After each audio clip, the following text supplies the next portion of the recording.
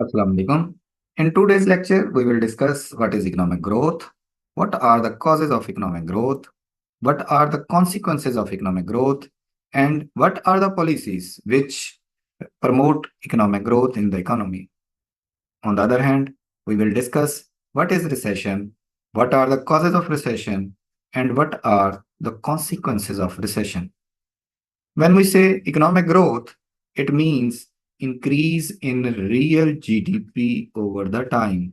अगर किसी इकोनॉमी में रियल जीडीपी बढ़ती चली जाए तो हम कहते हैं कि इकोनॉमिक ग्रोथ हो रही है। और इकोनॉमिक ग्रोथ से क्या होता है? अगर पीपीसी से उसको रिफ्लेक्ट करें तो जो पीपीसी है वो आउटवर्ड शिफ्ट हो जाता है। इसका मतलब है the economy is capable to produce more of X good and more of Y goods. या अगर इसको लॉन्ग रन एग्रीगेट सप्लाई से दिखाएं तो long run aggregate supply outward shift हो जाता है, जिसका मतलब ये है कि आपकी इकोनॉमी जो है वो पहले से ज्यादा प्रोड्यूस करने के लिए कैपेबल है, कैपेसिटी बढ़ चुकी है। अगर इसको मेजर करना चाहें तो इकोनॉमिक ग्रोथ को हम मेजर कर सकते हैं कैसे? कि जो मेजर करें कि ग्रोथ इन रियल जीडीपी कैसे मेजर हो सकती है कि आप जो करंट ईयर की रियल जीडीपी है उसमें से माइनस करें प्रीवियस ईयर की रियल जीडीपी, डिवाइड करें प्रीवियस ईयर की रियल जीडीपी से और 100 से मल्टीप्लाई कर दें। फॉर एग्जांपल, अगर रियल जीडीपी इन 2024 हो, सपोज लेट्स सपोज 105 बिलियन, और इन रियल जीडीपी किसी हाइपोथेटिकल इकोनॉमी में सपोज 2023 में हो 100 बिलियन, तो ग्रोथ रेट कैसे आएगा? 105 माइनस 100 ओवर 100 इंटू 100 करके। तो ये जो इकोनॉमिक ग्रोथ रेट आया ये कितना आया?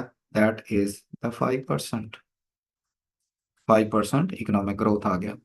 ये याद रहे कि जब आपकी इकोनॉमिक ग्रोथ अगर कम हो रही हो, मसलन इस साल अगर 5% है और जो नेक्स्ट ईयर 2025 में अगर वो 3% हो जाए तो इसका मतलब ये नहीं कि आपकी रियल जीडीपी कम हो गई है। रियल जीडीपी बढ़ रही है लेकिन उसके बढ़ने का रेट पहले से कम हो रहा है। और रियल जीडीपी अगर डिक्लाइन कर जाए, रियल जीडीपी अगर डिक्लाइन कर जाए तो फिर आपका जो ग्रोथ रेट है, जैसे अभी मैंने कहा कि 5 to 3% अगर वो कम हो जाए तो इसका मतलब ये नहीं कि आपकी रियल जीडीपी कम हुई है। रियल जीडीपी जब कम हो जाए तो जो ग्रोथ रेट है वो नेगेटिव में चला जाएगा। इसका मतलब है कि आपकी रियल जीडीपी फॉल कर रही है। तो रियल जीडीपी अगर फॉल कर रही हो तो इकोनॉमिक ग्रोथ क्या होगी? It would be negative. तो जो रिसेशन होती है उसमें इकोनॉमिक ग्रोथ क्या होती है? नेगेटिव होती है। जबकि जो अपटर्न होता है इकोनॉमी में उसमें इकोनॉमिक ग्रोथ क्या होती है? वो पॉजिटिव होती है। Now what is the difference between potential and actual economic growth?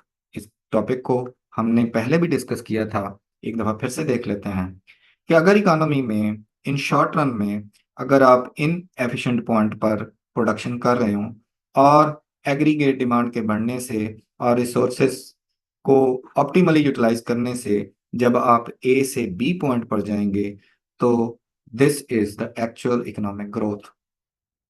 तो एक्चुअल इकोनॉमिक ग्रोथ एक्चुअली क्या है कि अगर एग्रीगेट डिमांड के बढ़ने से अगर आप इन एफिशिएंट पॉइंट से एफिशिएंट पॉइंट पे चले जाते हो या आप जो अंडर यूटिलाइज कर रहे थे रिसोर्सेज को उसको ऑप्टिमली यूटिलाइज करके आप ए से बी पॉइंट पर मूव करते हो तो ये एक्चुअल इकोनॉमिक ग्रोथ है।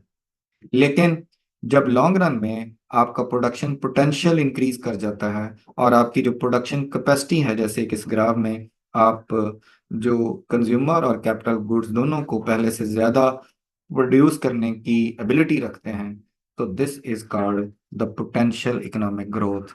Potential economic growth.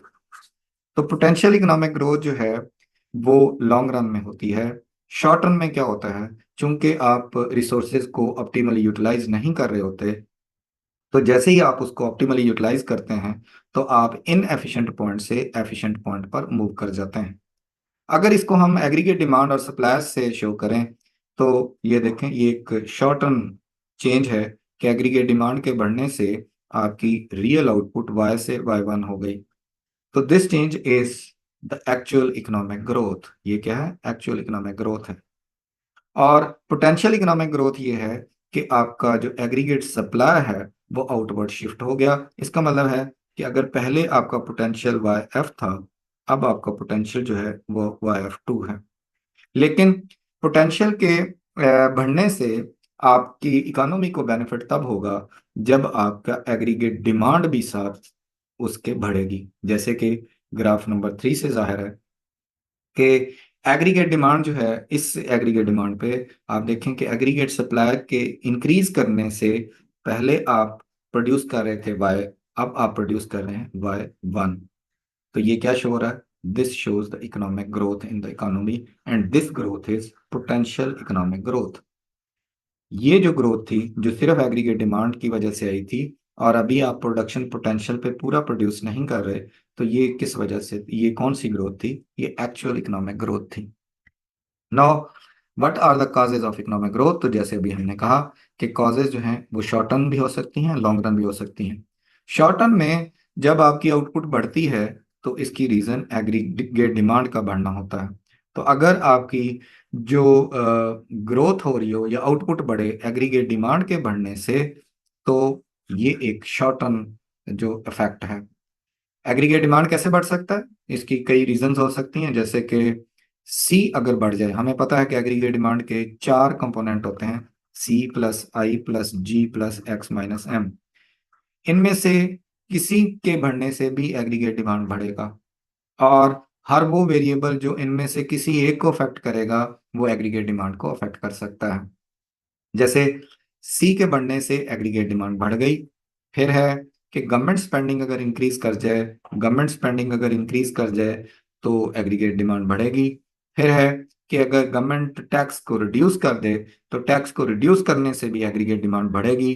फिर है कि अगर आपकी मॉनेटरी पॉलिसी से central bank rate of interest को कम कर दे तो रेट ऑफ इंटरेस्ट का भी इफेक्ट एग्रीगेट डिमांड पर होगा। और फिर है कि अगर मनी सप्लाई इंक्रीज हो जाए, इसका भी ताल्लुक मॉनेटरी पॉलिसी से है, तो मनी सप्लाई अगर इंक्रीज हो जाए तो इसकी वजह से भी आपकी जो एग्रीगेट डिमांड है वो बढ़ेगी। फिर इसी तरह से है डीवैल्यूएशन ऑफ करेंसी हो जाए, तो डीवैल्यूएशन से क्या होता है कि आपकी चीज जो है वो बाहर के लिए, फॉरेनर्स के लिए सस्ती हो जाती है जिससे एक्सपोर्ट बढ़ती है, और बाहर की चीज हमारे लिए महंगी हो जाती है जिससे इंपोर्ट कम होती है। तो एक्सपोर्ट के बढ़ने से और इंपोर्ट के कम होने से जो नेट एक्सपोर्ट है वो पहले से बढ़ जाती है। इन सारों से क्या होता है कि एग्रीगेट डिमांड बढ़ती है, और एग्रीगेट डिमांड बढ़ने से क्या होता है, एग्रीगेट डिमांड का ग्राफ जो है वो राइटवर्ड शिफ्ट करता है, जैसे कि अभी हमने देखा था। तो अगर एग्रीगेट डिमांड जो है वो राइटवर्ड शिफ्ट कर जाए, सपोज ये एग्रीगेट सप्लाई, ये केंद्रीय एग्रीगेट सप्लाई ले रहे हैं हम, तो अगर एग्रीगेट डिमांड यहाँ से यहाँ पे मूव कर जाए, यानी एग्रीगेट डिमांड आउटवर्ड शिफ्ट हुआ, तो उससे जो आउटपुट लेवल है वो पहले से इंक्रीज हो गया। और ये इकोनॉमिक ग्रोथ हो रही है, लेकिन ये एक शॉर्ट टर्म इफेक्ट है कि एग्रीगेट डिमांड जिसमें इंक्रीज हुई और उसके रिजल्ट में आपकी जो आउटपुट लेवल है वो पहले से इंक्रीज हो गया। दूसरा इफेक्ट इसका हो सकता है लॉन्ग रन में। लॉन्ग रन में जैसे कहा, कब आपकी इकोनॉमिक ग्रोथ होगी? जब आपके क्वांटिटी और क्वालिटी ऑफ रिसोर्सेज दोनों इंक्रीज कर जाएं, quantity and quality of resources. तो अगर quantity and quality of resources पहले से इंक्रीज कर जाए तो क्या होगा? इकोनॉमिक ग्रोथ होगी। तो हर वो फैक्टर जो क्वांटिटी बढ़ाएगा या क्वालिटी बढ़ाएगा, उसका उससे क्या होगा? आपकी प्रोडक्शन कैपेसिटी इंक्रीज हो जाएगी, यानी आपका long run aggregate supply rightward shift हो जाएगा, या आपका प्रोडक्शन पोटेंशियल के बढ़ने से पीपीसी आउटवर्ड शिफ्ट हो जाएगा, या हम केंद्रीय सप्लाई में दिखाएं तो केंद्रीय सप्लाई में ये एग्रीगेट सप्लाई में चेंज आ गई। तो इसके चेंज आने से क्या होगा? आपका जो आउटपुट है वो पहले से इंक्रीज कर जाएगा, और इसके इंक्रीज करने से इकोनॉमिक ग्रोथ होगी। जैसे कि इसमें कई फैक्टर हो सकते हैं, जैसे हमने कहा कि आपका अगर इंफ्रास्ट्रक्चर बेहतर हो जाए, मशीन्स बढ़ जाएं और कैपिटल बढ़ जाए, तो उससे क्या होगा? इकोनॉमिक ग्रोथ होगी। फिर क्या है कि अगर आपकी क्वालिटी ऑफ रिसोर्सेज यानी टेक्नोलॉजी के आने से क्या होगा कि आपकी प्रोडक्टिविटी बढ़ जाएगी, तो प्रोडक्टिविटी के बढ़ने से भी ये जो है वो प्रोडक्शन पोटेंशियल इंक्रीज कर जाएगा। फिर यह है एजुकेशन और स्किल के इम्प्रोवाइज करने से भी आपका प्रोडक्शन पोटेंशियल बढ़ जाएगा। फिर क्या है, आपके अगर इंस्टीट्यूट जो हैं वो स्ट्रांग होंगे, पॉलिटिकल, लीगल, इकोनॉमिक, तो सारे इंस्टीट्यूशन के स्ट्रांग होने से भी आपका जो प्रोडक्शन पोटेंशियल है वो बेहतर हो जाएगा, और जिससे क्या होगा, इकोनॉमिक ग्रोथ होगी। इसी तरह से लेबर फोर्स अगर उसका साइज बढ़ जाए, तो लेबर फोर्स भी that is the part of resources, तो रिसोर्सेज बढ़ गए, जिससे क्या होगा कि आपका पीपीसी जो है वो राइटवर्ड शिफ्ट हो गया। या अगर आप एग्रीगेट सप्लाई केन्सियन दिखाएं तो एग्रीगेट सप्लाई इस तरह से शिफ्ट हो गया, या अगर लॉन्ग रन एग्रीगेट सप्लाई दिखाएं तो लॉन्ग रन एग्रीगेट सप्लाई इस तरह से शिफ्ट हो गया। तो ये जो है, ये इकोनॉमिक ग्रोथ को रिफ्लेक्ट कर रहे हैं तीनों ग्राफ। फिर है what are the consequences of economic growth. तो कॉन्सिक्वेंसेज उसके पॉजिटिव भी हो सकते हैं, यानी इफेक्ट ऑफ ग्रोथ। तो पॉजिटिव कॉन्सिक्वेंसेज को हम कहते हैं benefits of economic growth, benefits हैं ये। तो बेनिफिट्स कौन कौन से हैं इकोनॉमिक ग्रोथ से? हमारा जो लिविंग स्टैंडर्ड है वो बढ़ता है, क्योंकि जब ग्रोथ होती है तो आपका पर कैपिटा इनकम या पर कैपिटा जीडीपी जो है वो पहले से per capita per capita GDP आपकी बढ़ जाती है, और पर कैपिटा जीडीपी के बढ़ने से आपका लिविंग स्टैंडर्ड जो है वो बेहतर हो जाता है। फिर है कि जब आपकी आउटपुट बढ़ती है, तो आउटपुट के साथ एक और फीचर जुड़ा होता है, दैट इज द एम्प्लॉयमेंट, तो एम्प्लॉयमेंट भी बढ़ती है। फिर है कि जब आपकी प्रोडक्शन बढ़ती है, तो गवर्नमेंट के पास जो टैक्स रेवेन्यू है वो भी इंक्रीज करता है। फिर है कि जब आपकी इकोनॉमी में जो है वो अच्छा प्रॉफिट मिल रहा होता है, प्राइसेस ऊपर की तरफ जा रही होती हैं, क्योंकि हमने कहा कि इकोनॉमिक ग्रोथ से क्या होता है कि इकोनॉमिक ग्रोथ से इकोनॉमी में प्राइसेस बढ़ रही होती हैं। जो प्राइसेस का बढ़ना भी इंसेंटिव है फॉर द प्रोड्यूसर्स, और जिसकी वजह से वो उनका प्रॉफिट मार्जिन बढ़ेगा, जिसकी वजह से वो इन्वेस्टमेंट ज़्यादा करेंगे, जिससे आपकी प्रोडक्शन ज़्यादा होगी, जिससे आपकी एम्प्लॉयमेंट ज़्यादा होगी, जिससे आपका इनकम लेवल बढ़ेगा और लिविंग स्टैंडर्ड जो है वो इम्प्रूव करेगा। तो दीज आर द बेनिफिट्स और positive consequences of economic growth. Positive के साथ साथ इसके नेगेटिव कॉन्सिक्वेंसेज भी हो सकते हैं। हाँ, इसी तरह से जब आपकी इनकम आएगी तो उससे क्या होगा, पॉवर्टी रिडक्शन भी होगी। तो पॉजिटिव के साथ साथ नेगेटिव कॉन्सिक्वेंसेज भी हो सकते हैं, जैसे कि एनवायरमेंटल जो इश्यूज हैं, जैसे कि पोल्यूशन है, जैसे कि क्लाइमेट चेंज का मसला है। तो ये आपकी एक्चुअली मैन्युफैक्चरिंग और इकोनॉमिक ग्रोथ के साथ साथ ये एक पैरेलल एक इशू आया है, कि जिसके वेस्ट से, धुएं से, स्मोक से, ये सारे मसले इकोनॉमी को दरपेश हैं। तो इकोनॉमिक ग्रोथ जब हो रही होती है तो आपका जो एनवायरमेंटल पोल्यूशन है वो बढ़ रही होती है, जैसे कि कोरोना के दिनों में हमने जब सैटेलाइट से पिक्चर्स आई तो देखा कि फजा बहुत साफ है, क्योंकि सारी फैक्ट्रियां बंद थी। इसी तरह से इनकम इनक्वालिटी बढ़ती है जब ग्रोथ हो रही होती है, तो ग्रोथ का बेनिफिट जो है वो एक स्मॉल प्रोपोर्शन को ज्यादा हो रहा होता है। यानी आप ये समझ लें कि 90% इनकम जो होती है वो 10% लोगों के हाथ में होती है, और जो 10% इनकम होती है वो 90% लोगों के हाथ में होती है। जिससे क्या होता है, एक गैप जो है, gap between rich and poor establish हो जाता है, रिच एंड पुअर। तो इससे इनकम इनक्वालिटी जो है वो बढ़ जाती है। फिर इसी तरह से जब आपकी इकोनॉमिक ग्रोथ हो रही होती है तो हमने देखा कि उससे जब एग्रीगेट डिमांड कर्व शिफ्ट होता है राइट वर्ड, तो उससे खास तौर पर अगर आपका पॉजिटिवली स्लोप्ड हो एग्रीगेट सप्लाई, तो या आपका इस रीजन में कि जब एग्रीगेट सप्लाई जो है वर्टिकल हो जाता है, तो फिर उस वक्त आपकी जो प्राइस लेवल है वो भी बढ़ रहा होता है। यानी अगर एग्रीगेट सप्लाई को हम शॉर्ट टर्म एग्रीगेट सप्लाई को ऐसे भी दिखा सकते हैं, अगर इस तरह से हो और एग्रीगेट डिमांड इस तरह से हो, ये न्यू क्लासिकल अप्रोच से है। तो अगर आपकी एग्रीगेट डिमांड बढ़ेगी तो अमूमी तौर पर उसका रिजल्ट ये होता है कि प्राइस लेवल जो है वो पहले से इंक्रीज कर रहा होता है। तो प्राइस लेवल का बढ़ना जो होता है दैट इज द इन्फ्लेशन। फिर ओवर कंजम्पशन के लोग जो है वो को बेजा जो चीज़ों पे खर्चा शुरू कर देते हैं, और उनका परचेजिंग पैटर्न में ऐसी चीज़ें शामिल हो जाती हैं कि जिससे रिसोर्सेज का, पैसे का ज़्या होता है, और वो जो फ्यूचर में उससे आपकी जो प्रोडक्टिविटी है उसमें कमी आती है। फिर क्या है कि the policies to promote economic growth, वो कौन सी पॉलिसीज हैं जिससे हम इकोनॉमिक ग्रोथ को प्रमोट कर सकते हैं। तो उस उन पॉलिसीज को हम देख लेते हैं। उन पॉलिसीज में कौन कौन सी पॉलिसीज हैं। एक है डिमांड साइड की पॉलिसी, और if economy is operating with spare capacity, अगर इकोनॉमी में स्पेयर कैपेसिटी मौजूद हो। ये जो आपने एग्रीगेट सप्लाई बनाया, इसका फ्लैटर जो पार्ट है, ये बता रहा है कि आपकी इकोनॉमी में स्पेयर कैपेसिटी मौजूद है, और आप सेम प्राइस लेवल पर भी you are willing to produce more, चूंकि आपके पास ऐसे रिसोर्सेज मौजूद हैं कि जिनका भी इस्तेमाल नहीं हो रहा, अंडर यूटिलाइज्ड रिसोर्सेज बहुत सारे पड़े हुए हैं, स्पेयर कैपेसिटी मौजूद है। तो इस रीजन में अगर आपकी एग्रीगेट डिमांड बढ़े, तो एग्रीगेट डिमांड बढ़ने से आपका जो आउटपुट लेवल है वो इंक्रीज कर सकता है। तो अगर आपकी इकोनॉमी में स्पेयर कैपेसिटी मौजूद हो, तो एग्रीगेट डिमांड को बढ़ा के आप रियल आउटपुट बढ़ा सकते हैं। अब एग्रीगेट डिमांड कैसे बढ़ेगी, तो उसमें एक पॉलिसी है फिस्कल पॉलिसी, और उसको बढ़ाने के लिए गवर्नमेंट अपनी स्पेंडिंग बढ़ा दे या टैक्सेस कम कर दे। एक पॉलिसी है मॉनेटरी पॉलिसी।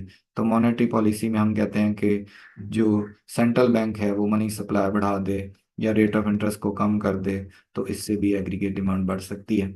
तो ये डिफरेंट मेजर्स हैं जो कि गवर्नमेंट ले सकती है अगर इकोनॉमी में स्पेयर कैपेसिटी मौजूद हो, तो एग्रीगेट डिमांड बढ़ाने के लिए। और ऑन द अदर हैंड इसका कुछ लिमिटेशंस भी हैं इन पॉलिसीज की, कि सपोज अगर आपकी इकोनॉमी जो है वो इस पॉइंट पर आ गई है, तो यहाँ पर अब एग्रीगेट डिमांड को बढ़ाने का कोई फायदा नहीं होगा, जब तक आपके किस में चेंज नहीं आएगी, प्रोडक्शन पोटेंशियल में चेंज नहीं आएगी। यहाँ पे अगर आप एग्रीगेट डिमांड को बढ़ाएंगे तो जस्ट चेंज आ रहा है प्राइस लेवल में, लेकिन आउटपुट लेवल में कोई चेंज नहीं आ रही। या आप यूँ समझ लें कि कभी ऐसा मसला होता है कि टैक्स तो गवर्नमेंट कट करती है, लेकिन लोगों में कॉन्फिडेंस नहीं होता, प्रोड्यूसर्स में, कि वो अपने प्रोडक्शन को एक्सपैंड करें, वो एक्सपेंशन की तरफ जाएं।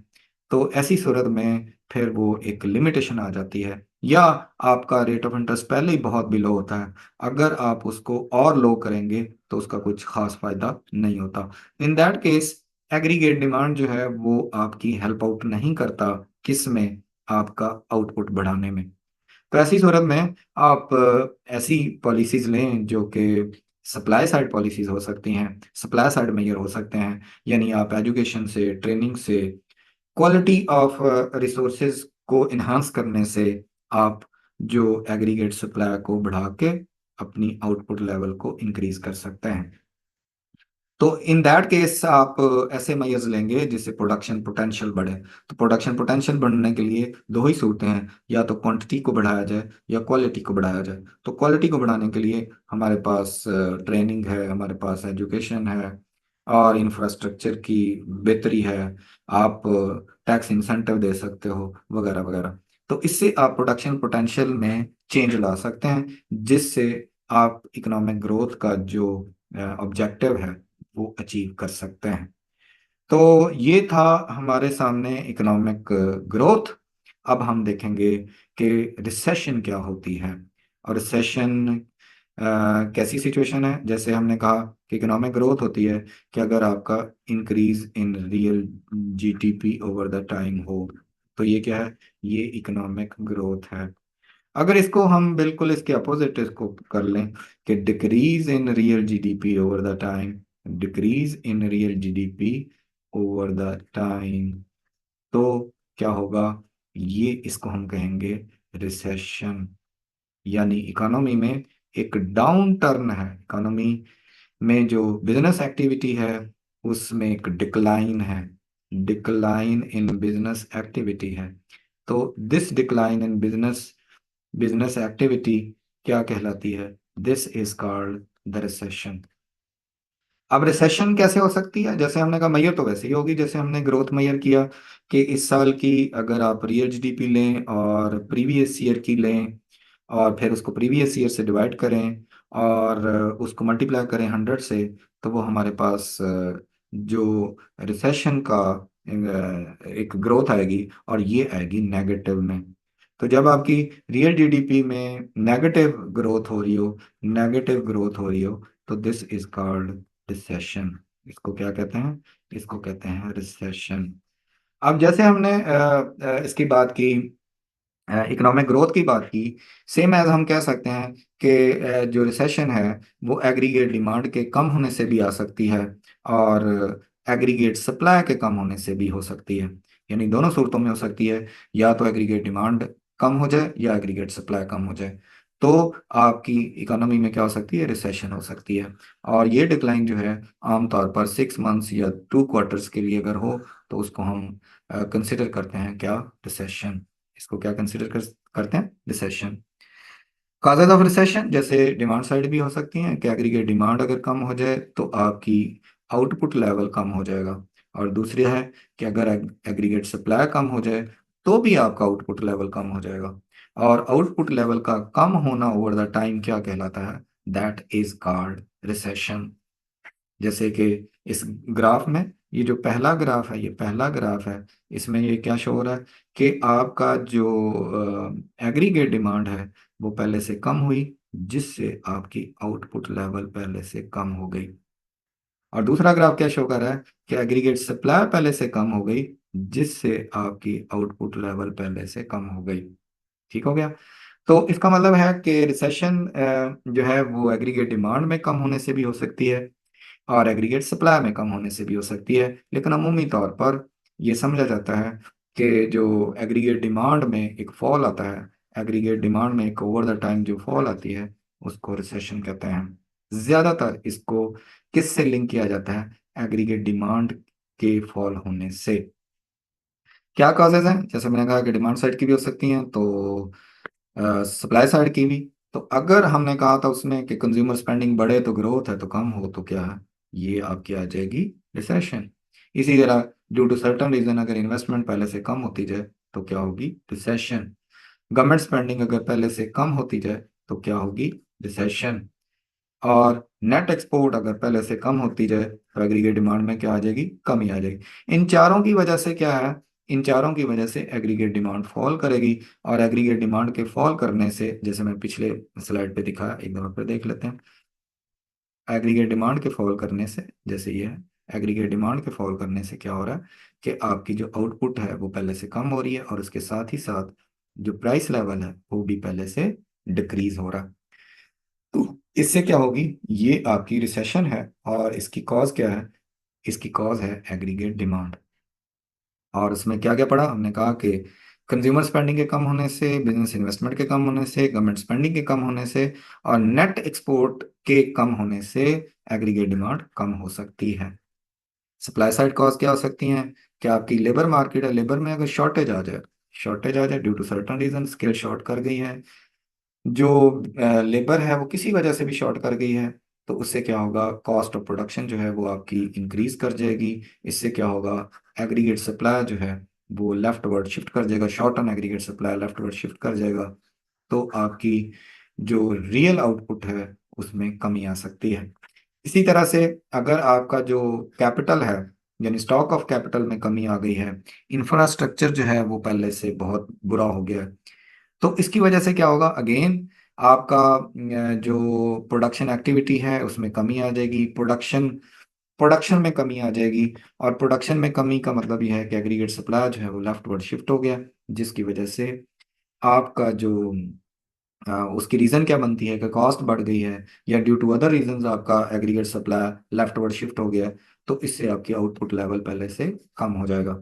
फिर है जी के रॉ मटेरियल एंड एनर्जी, अगर इसकी कॉस्ट बढ़ जाए, जैसे हमारे पाकिस्तान में है कि जो रॉ मटेरियल है वो भी महंगा होता जा रहा है, जो बिजली पानी गैस और ये सारी फैसिलिटीज़ हैं ये भी महंगी होती जा रही हैं, तो इसकी वजह से कॉस्ट बढ़ रही है, जिससे शॉर्ट टर्म एग्रीगेट सप्लाई में क्या चेंज आ जाएगी, पहले से कम हो जाएगी, जिससे आपकी जो आउटपुट है वो भी पहले से कम हो जाएगी। इसी तरह से है कि रेगुलेशन एंड पॉलिसी, अगर गवर्नमेंट कोई उस पर रिस्ट्रिक्शन आयद कर दे, कोई उसके लिए रेगुलेशन बना दे, किसी काम के लिए उसका क्राइटेरिया कोई फिक्स कर दे, तो उससे क्या होगा कि बहुत सारे लोग उस बिजनेस में नहीं आ सकेंगे, जिससे आपकी जो प्रोडक्शन है वो पहले से कम हो जाएगी।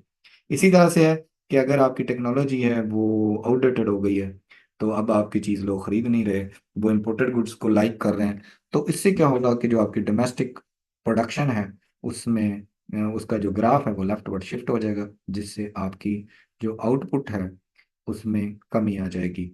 तो ये सप्लाई साइड रीजंस थी। तो इसकी रीजंस डिमांड साइड की भी हो सकती हैं, सप्लाई साइड की भी हो सकती हैं। कॉन्सिक्वेंसेज ऑफ रिसेशन क्या होंगे कि इससे जैसे आउटपुट कम होगी तो आउटपुट कम होने का पहला मतलब ये है कि एम्प्लॉयमेंट का कम होना। तो पहला बड़ा कॉन्सिक्वेंसेज इसका ये है कि जब आपकी रिसेशन होती है तो उसके साथ एक और चीज़ जुड़ी होती है जिसको हम कहते हैं अनएम्प्लॉयमेंट। तो इस फेज में अनएम्प्लॉयमेंट बहुत बढ़ चुकी होती है। फिर इसका है कि इकोनॉमिक आउटपुट तो कम हुई हुई, आपकी प्रोडक्शन जो है वो पहले से कम हो गई। ठीक है।